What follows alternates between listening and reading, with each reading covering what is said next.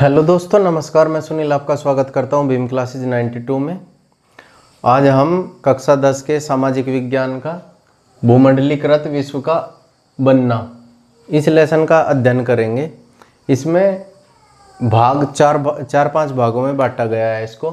इसमें सबसे पहला भाग है आधुनिक युग से पहले, यानी आधुनिक युग से पहले क्या था।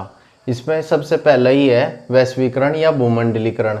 वैश्वीकरण या भूमंडलीकरण क्या होता है?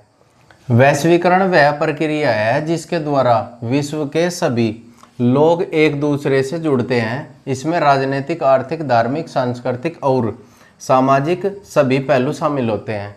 यानी इसमें पूरे विश्व के जो लोग हैं उसमें आर्थिक, राजनीतिक, सामाजिक और सांस्कृतिक और धार्मिक इन सभी चीज़ों का आदान प्रदान करते हैं, एक दूसरे से परस्पर आदान प्रदान करते हैं। इसी को हम वैश्वीकरण कहते हैं। यानी कुछ चीज़ें हम विश्व के दूसरे देशों को दे देते हैं और कुछ विश्व के दूसरे देशों से अडप्ट कर लेते हैं, वो ये होता है वैश्वीकरण। प्राचीन काल से ही देश एक दूसरे देश के बीच यात्राएं, व्यापार, सांस्कृतिक आदान प्रदान और बीमारियों का प्रचार प्रसार करते रहे हैं। अभी आपने देखा होगा लास्ट कुछ ईयर्स पहले सन 2020-21 में कोरोना आया था। कोरोना सबसे पहले चीन में आया और चीन के कुछ शहरों से ही और पूरे विश्व में फैल गया। ऐसे ही प्राचीन काल से ही बहुत सारी बीमारियां आती रही।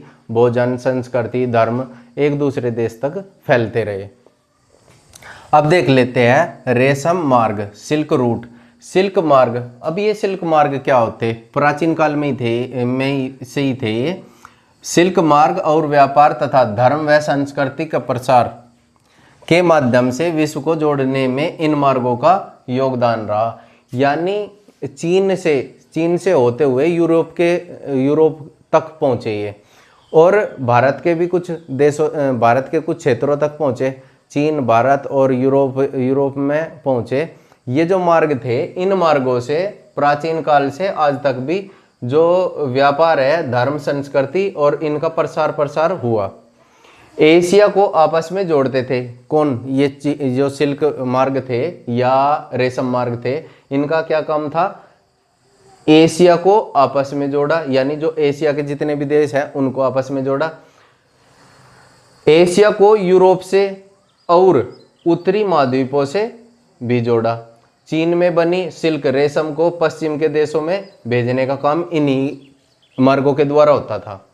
भारत और दक्षिण पूर्वी एशिया में कपड़े, मसाले, चीन और अन्य देशों में ये वस्तुएं भेजी जाती थी।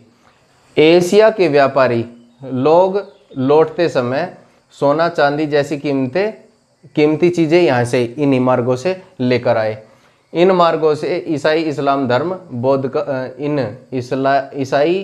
और बौद्ध धर्म का प्रचार प्रसार हुआ इन्हीं सिल्क मार्गों से। आपने सुना होगा जो हमारा बौद्ध धर्म है, बौद्ध धर्म चीन में, श्रीलंका में इनका प्रचार प्रसार किया गया। जो चीन में और इनमें श्रीलंका आदि में प्रचार प्रसार किया गया, वो इन्हीं मार्गों के द्वारा किया गया था अशोक मान के कार्यकाल में। भोजन की यात्रा, अब जो इन व्यापार के साथ साथ में भोजन की भी यात्रा की गई।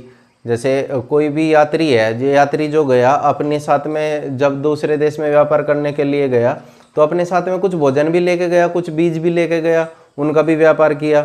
ऐसे ही भोजन की यात्रा कैसे हुई? कोलंबस के अमेरिका पहुंचने के साथ ही आलू, जब कोलंबस अमेरिका पहुंचा तो अपने साथ में आलू, सोया, मूंगफली, मक्का, टमाटर, मिर्च और शकरकंद आदि लेके गया, जिसने यूरोप में काफ़ी ज़्यादा बदलाव किए। देखिए कैसे यूरोप और आयरलैंड के जनजीवन पर आलू का बहुत ज़्यादा प्रभाव पड़ा। यानी आलू की खेती इतनी ज़्यादा करने लगे कि उनकी आर्थिक डेवलपमेंट बहुत अच्छी हुई। आलू पर इतने डिपेंड हो गए थे यूरोप के लोग कि एक बार 1840 में एक बीमारी आ गई आलू की खेती में, और आलू की खेती वहाँ पे पूरी ख़राब होगी। आलू की खेती ख़राब होने के कारण वहाँ पे लोगों की इतनी बुरी हालत हुई कि लोग भूखे मरने के कगार पे आ गए। यानी आलू जब कोलंबस लेके गया यूरोप में तो वे इतने डिपेंड हो चुके थे कि आलू की खेती ख़राब होते ही उन्हें भूखमरी की कगार पर आ गए थे वे। विजय, बीमारी और व्यापार।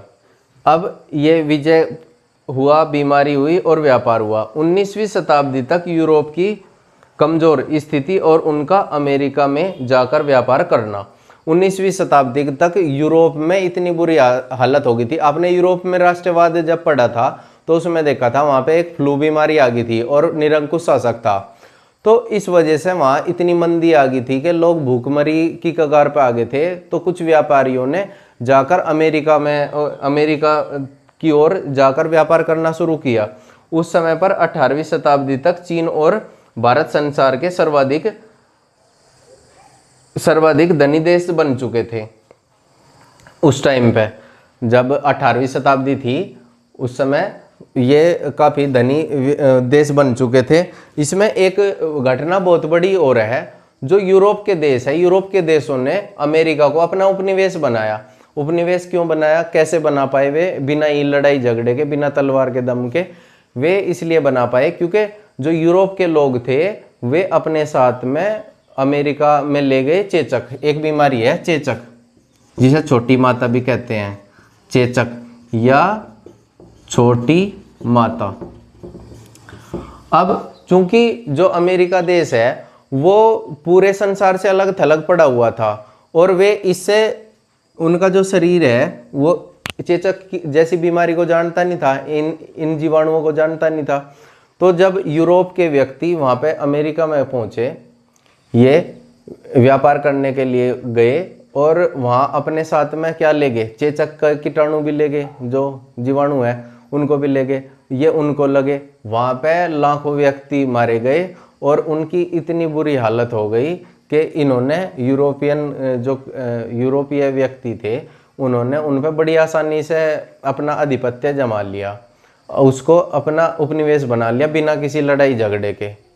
आज की कक्षा में इतना ही है, कल हम नेक्स्ट पढ़ेंगे। Thank you.